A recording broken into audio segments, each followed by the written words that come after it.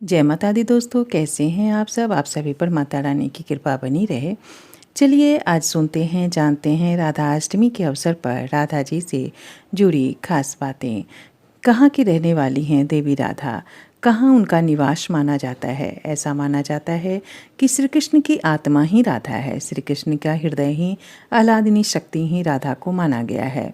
श्री कृष्ण के साथ राधा का नाम ऐसे जुड़ा जैसे काया के साथ छाया जुड़ी होती है। लेकिन कहते हैं कि राधा कब हुई कहना मुश्किल है। पुराने शास्त्रों में राधा जी का कोई उल्लेख नहीं है। राधा का उल्लेख बहुत बाद में शुरू हुआ। मध्ययुग के संतों ने राधा जी का उल्लेख करना शुरू किया और अब तो राधा इतनी ऐतिहासिक मालूम होती है जितने श्री कृष्ण। लेकिन कभी उनका नाम भी नहीं था। राधा कभी हुई ऐसा नहीं है, राधा प्रतीक हैं। राधा बड़ा मीठा प्रतीक है जिन्होंने भीतर के अनाहत नाद में डुबकी लगाई है। वे कुछ ऐसा अर्थ करते हैं, वे कहते हैं राधा धारा का उल्टा रूप है, केवल प्रतीक है। धारा बहती है बाहर की तरफ, नीचे की तरफ। गंगा उत्तरी हिमालय से चली सागर की तरफ, छोड़ दिया स्रोत गंगोत्री छोड़ दी, चली गंगा सागर की तरफ। धारा बहती है दूर की तरफ, गंतव्य उसका बहुत दूर है। धारा पहले स्रोत से दूर होती जाती है, प्रतिपल दूर होती जाती है। अनाहत नाद को सुनने वाले कहते हैं कि धारा को उल्टा करके राधा शब्द बनाया है। जब हमारी चेतना की धारा बाहर की तरफ न बहकर भीतर की तरफ बहती है, जब हम गंगा सागर की तरफ न जाकर गंगोत्री की तरफ चल पड़ते हों, जब हम अपने में ही डुबकी मारने लगते हों, तब हमारे भीतर राधा जी का जन्म होता है, राधा का जन्म होता है। धारा राधा बन जाती है और जैसे ही तुम राधा बने कि श्री कृष्ण से मिलन है।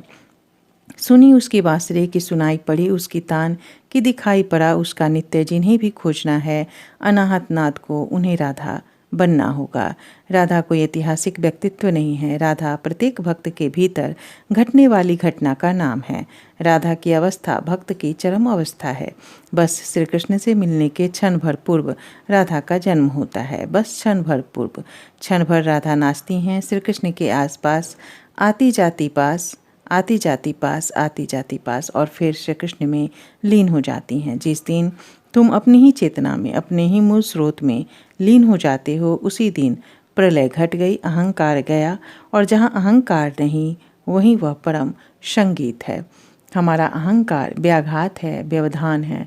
हमारे अहंकार के कारण छंद बंद नहीं पा रहा है, टूट टूट जाता है। गीत जम नहीं पाता, उखड़ उखड़ जाता है। राग बैठ नहीं पाता, बांसुरी बज नहीं पाती। हमारा अहंकार बांसुरी में भरा है। बजे बांसुरी तो कैसे बजे, अहंकार से खाली हो बांसुरी, बस पोली पोंगड़ी रह जाए।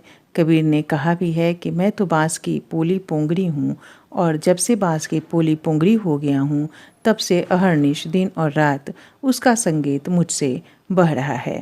अर्थात अगर राधा बनना चाहते हैं तो अपने अंदर आत्मा को जगाइए। श्री कृष्ण से मिलना चाहते हैं तो राधा बनिए।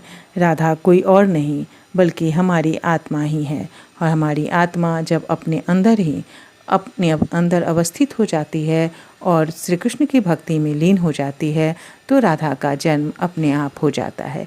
जय श्री कृष्ण। राधे।